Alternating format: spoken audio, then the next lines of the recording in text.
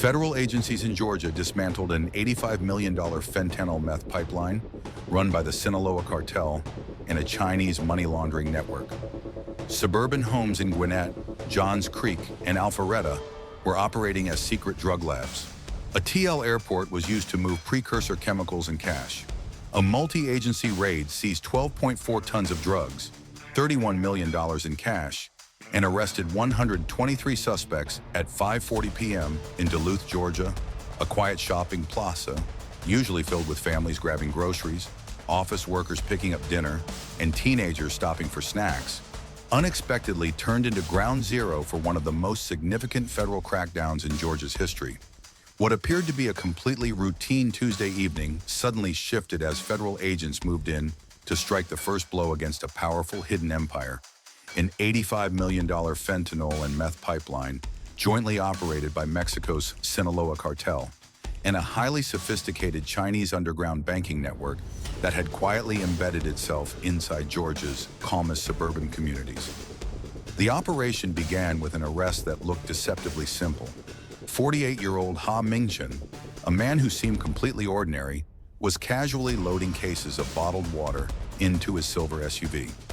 For 10 long months, Homeland Security investigations tracked him relentlessly, monitoring his late-night interstate drives, watching him make small but suspicious cash handoffs, and documenting his repeated visits to multiple upscale residences in Gwinnett County and neighboring cities. Investigators knew he wasn't running errands or making casual visits. He wasn't a low-level courier. He was the essential link connecting cartel traffickers with a Chinese financial network capable of laundering millions without touching a single traditional bank. The takedown was executed with quiet precision. Agents approached him calmly, so calmly that most shoppers barely noticed anything unusual.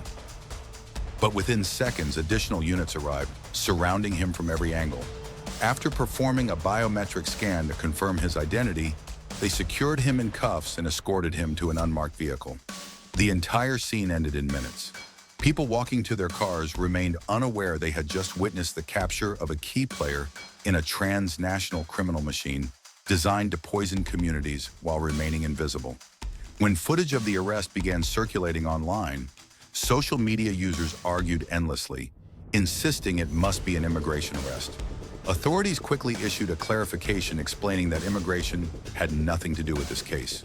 What they had just exposed was the first visible link in a global pipeline connecting Mexican cartel chemists, Chinese precursor suppliers, suburban drug factories, and an international laundering system stretching from Norcross to Shanghai.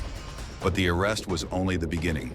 Before the public even finished debating the video, federal tactical teams were already raiding the next tier of the organization. What they found inside the million-dollar suburban homes shocked even the most experienced DEA veterans. Mingchen's repeated stops had not been at sketchy warehouses or remote industrial zones. They were at pristine luxury homes in Johns Creek, Alpharetta, and elite Gwinnett communities.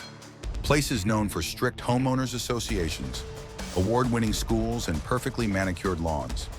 From the outside, these houses looked like any other peaceful Georgia residence. But inside, they were high-capacity synthetic drug factories. Living rooms had been cleared of furniture and replaced with stainless steel chemical workstations, industrial mixers, digital scales, and heat-resistant flooring. Bedrooms contained racks filled with drying chemical powders instead of beds. Basements were wrapped in thick insulation and reflective foil to contain heat and noise, with hidden ventilation pipes running behind walls. What neighbors assumed were normal air conditioners humming late into the night were actually fentanyl production rigs operating nonstop. In one Johns Creek home, agents found such a massive quantity of raw fentanyl that it could theoretically kill the entire population of Georgia several times. The labs were surprisingly advanced, built with precise engineering, efficient designs, and professional-level safety setups. This was not the work of amateurs. It was the work of a carefully constructed production network designed to blend seamlessly into wealthy, unsuspecting neighborhoods. Documents seized from these locations revealed something much larger.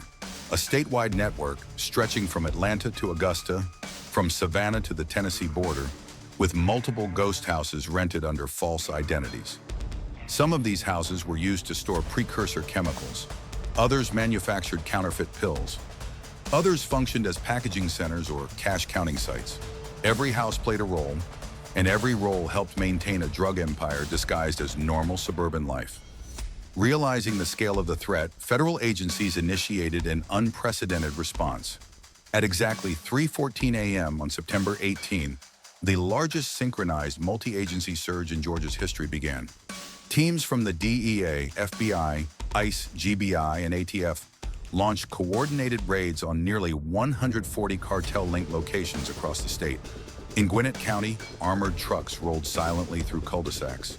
Tactical teams moved with practiced precision. Flashbangs erupted against brick walls, illuminating entire neighborhoods in pulses of white light.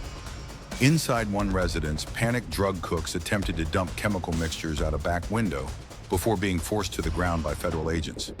In Monroe, agents stormed a fortified stash house protected by reinforced steel doors and homemade diversion devices. Thick chemical fumes leaked into hallways as the suspects made desperate attempts to destroy evidence.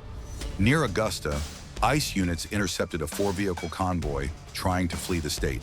Spike strips shredded the convoy's tires, helicopters circled overhead, and panicked couriers threw duffel bags filled with cartel cash onto the road. One driver attempted a dangerous breakout maneuver, but spun violently into the median after a pit intervention. Savannah saw one of the most dangerous confrontations of the entire surge. 28 armed suspects barricaded themselves inside a riverside warehouse and opened fire on approaching officers. The ensuing firefight lasted 7 chaotic minutes before HSI tactical teams breached the rear entrance and subdued the group. By September 24th, Georgia had witnessed one of the largest synthetic drug takedowns in U.S. history. Investigators had arrested more than 120 suspects. They had seized more than 12 tons of illegal narcotics. They had recovered over 1 million counterfeit pills. They had confiscated more than 800 firearms. They had frozen $31 million of cartel cash, and they had dismantled a network of forged identities and shell company documents built to sustain the criminal operation. Yet even these astonishing numbers represented only one part of a much larger system. As agents dug deeper, they uncovered a disturbing truth. The criminal pipeline was not just hiding in suburban homes. It had infiltrated Georgia's most important transportation hub, Atlanta's Hartsfield-Jackson International Airport. The world's busiest airport had unknowingly become a gateway for cartel operations. Suspicious cargo shipments began appearing in late 2023.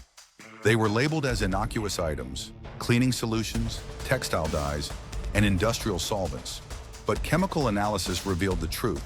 These shipments contained high-purity precursor chemicals essential to manufacturing fentanyl and meth. With thousands of cargo pallets moving through ATL every day, the cartel blended effortlessly into the chaos. They exploited shift changes, understaffed customs lanes, and blind spots in cargo surveillance. Once shipments cleared customs, they were quietly moved into the suburbs using unmarked trucks. But imports were only one side of the operation. The cartel used Atlanta's airport as a direct export route to send high-purity meth to overseas markets like Australia, New Zealand, Japan, and Singapore. These international markets offered astronomical profits. A batch of meth worth $700 in Atlanta could sell for over $200,000 in Sydney. To maintain the flow, the cartel recruited couriers from Atlanta clubs and nightlife scenes, tempting them with promises of $150,000 per international run. Many accepted without understanding the full scale of the criminal network they were aiding. Behind all this was the financial engine, the hidden machine that kept the operation alive. Investigators uncovered a complex money laundering network that touched nearly every corner of Georgia's business landscape. A trucking company in Norcross was found storing $14 million in cartel cash inside boxes labeled for printer toner. Multiple nail salons and massage spas across Duluth, Chamblee, and Midtown were quietly cycling fake revenue to disguise cartel deposits. Karaoke bars in Chamblee were using token-based digital credit systems to transfer funds to Hong Kong and Macau, where they were mirrored into Mexico without passing through any official bank. A logistics warehouse in Tucker had processed more than 50 suspicious cargo containers within 2 years, with some containers hiding vacuum-sealed US dollars inside chemical drums. Agents estimated that in just 24 months, more than $410 million had been laundered through Georgia's economic systems. More troubling still, the investigation revealed that some shell companies involved in the laundering process bore authorization signatures from Georgia officials, names that remain sealed under federal protection pending formal charges. But beyond arrests and financial seizures, Georgia was left to face the human cost. Communities like Duluth, Norcross, and Gwinnett found themselves living with a sense of quiet fear. Businesses began locking their doors hours earlier, not because criminals were targeting them directly, but because residents were terrified of unknowingly interacting with criminal fronts. Teenagers as young as 14 had been lured into courier roles after being enticed by social media posts, flaunting cash stacks, luxury cars, and promises of fast money.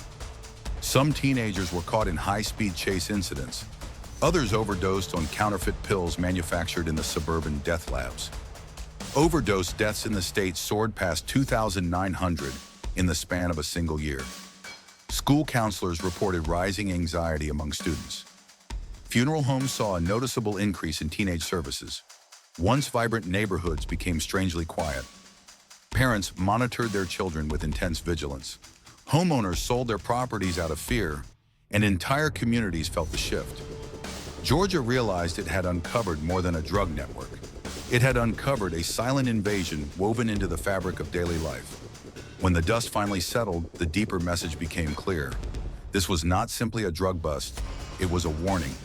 Today's most dangerous threats do not always arrive with obvious violence. Sometimes they move quietly inside elegant homes, through trusted local businesses, through busy international airports, and behind the faces of people who appear completely ordinary. The Sinaloa Cartel did not invade Georgia with open warfare. They invaded through camouflage, through silence, through normalcy, through invisibility.